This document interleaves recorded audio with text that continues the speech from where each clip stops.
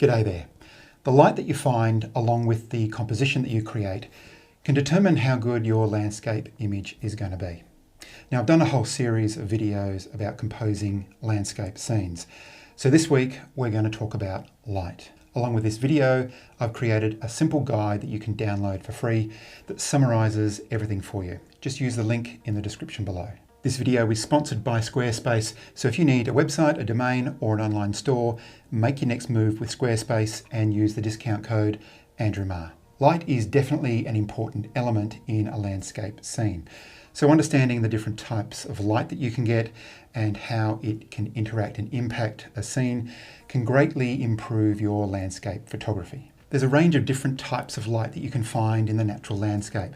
There's refracted light, dappled light, twilight, starlight, and even light that comes from lightning.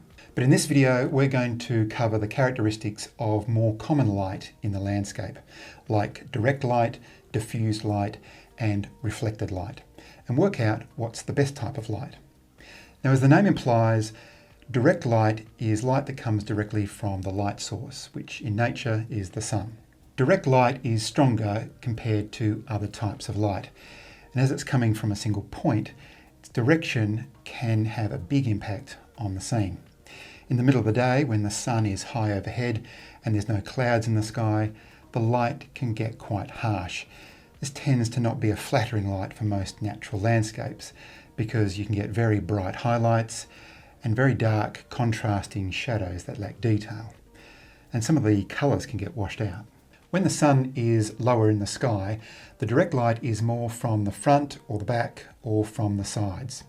Backlight is created when the sun is behind the subject, and it acts a bit like a headlight in a studio, which you can use to create separation between the subject and the background.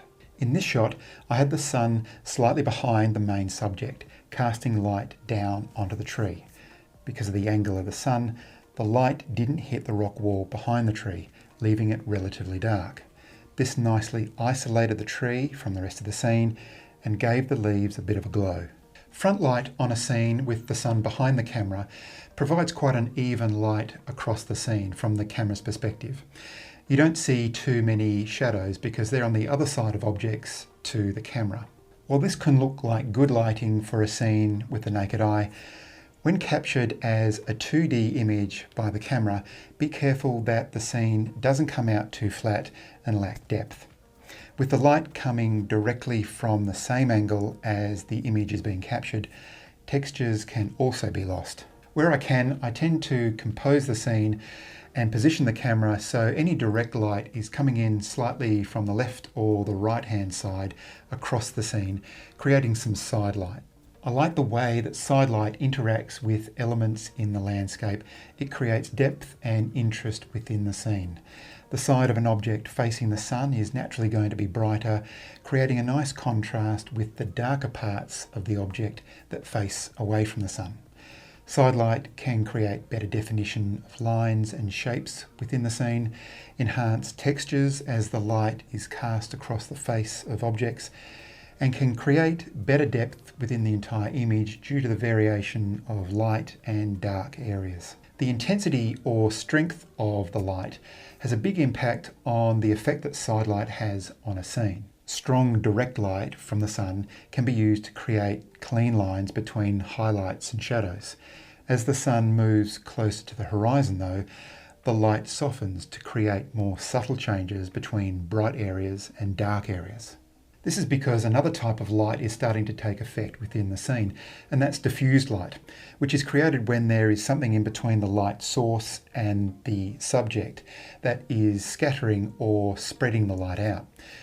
And when the sun is close to the horizon, it's more of the Earth's atmosphere which is softening or diffusing the light. In nature, diffused light can also occur when sunlight passes through cloud or fog or haze or even smoke.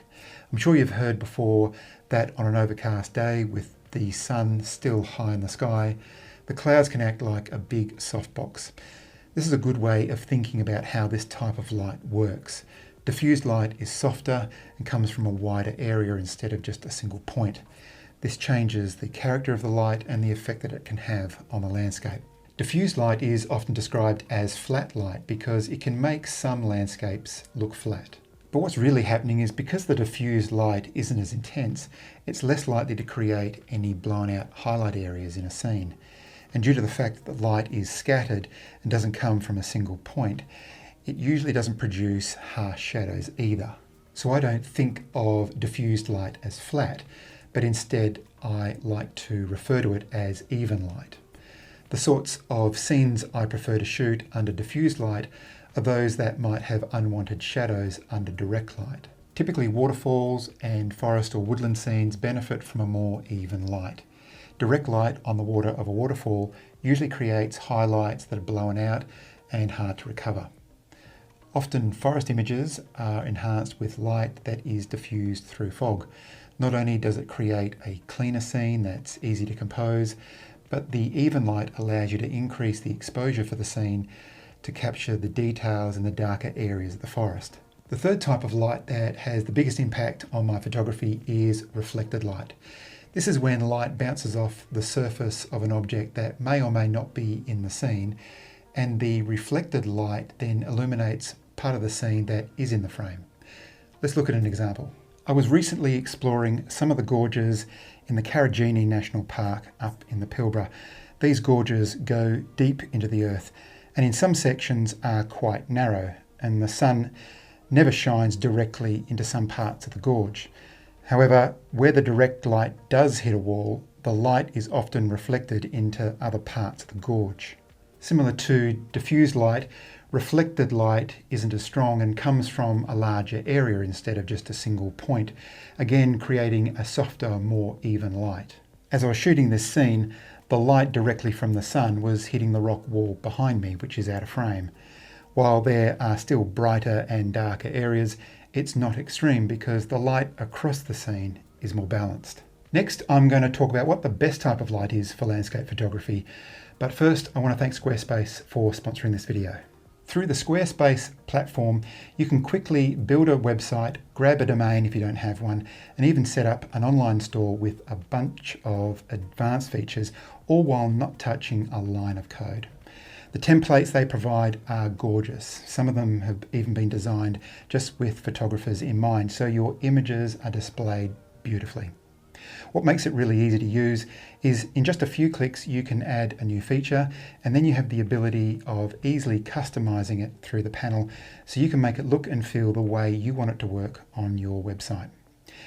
If you want to move it around, you can just click and drag it to where you want it to sit on the page. In fact, you can click and drag any of the content that way, and even any of the pages, to get your site looking perfect. Having an approach like this means that I have great flexibility over my site, and it doesn't take me very long to set up and make changes. So I have more time to get out and shoot landscapes. So head on over to squarespace.com for a free trial that'll give you heaps of time to get your website set up. And then when you're ready to launch, make sure you go to squarespace.com/Andrew Marr to get 10% off your first purchase. So what is the best type of light for landscape photography? In most cases, it's going to be the type of light that best suits the scene and enhances the story you're capturing. As I said before, I prefer a more even light when I'm shooting waterfalls.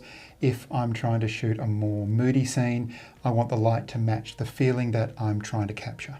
But if you really want to know what's the best light for landscape photography, the secret is to have a combination of different types of light across your scene. When I'm capturing a sunset, ideally I want a few clouds in the sky.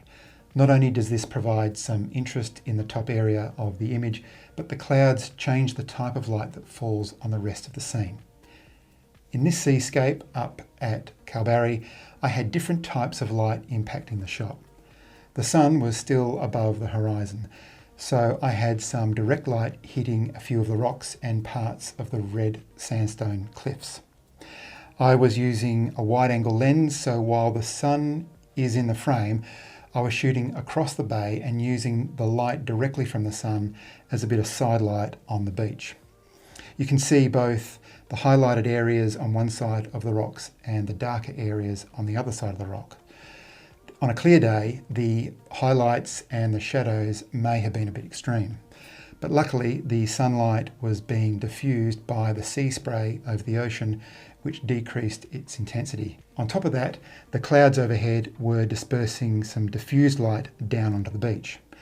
While these were the main types of light, there was also some reflected light bouncing off the cliff's outer shot behind me. This provided some backfill onto the rocks in the foreground that might have otherwise been too dark if there wasn't any diffused or reflected light coming from any other direction other than the sun. The period of time just before the sun sets and just after the sun rises is called golden hour. And some photographers like to call this a type of light, but it's better to think about it as a combination of direct, diffused and reflected light depending on the conditions you have, so you can better understand what the light is doing. It's referred to as golden because of the orange and red colours of the light. That's because when the sun is low, the light is travelling through more of the Earth's atmosphere to get to you, and the particles in the atmosphere are diffusing or scattering the light, making it softer. The particles scatter more of the blue and violet wavelengths of light away, leaving the orange and red light to pass through. I usually continue to shoot well into the blue hour. The light is softer because it's predominantly coming from reflected and diffused light, providing a more even light on the scene, and you can get some incredibly intense and contrasting colours. There's a couple of things that you can do to improve your landscape images with light. First, build an understanding of how different light interacts with a scene, and ultimately how light impacts the image that you're capturing. Hopefully this video has helped with this. Also, develop your skill in reading what the light is doing by becoming better at predicting how the light changes under different conditions. To help with that, check out some of the on-location videos that I have on the channel where I talk about how I see the light changing while I'm out in the field. And of course, the more you experience shooting in different conditions, the better you're going to get at reading what the light is doing. So that's it. I hope you found the video helpful. If you did, please give the video a like. Don't forget to download the free guide I created for you on the different types of light using the link in the description below. Thanks very much for watching, and I'll see you in the next one.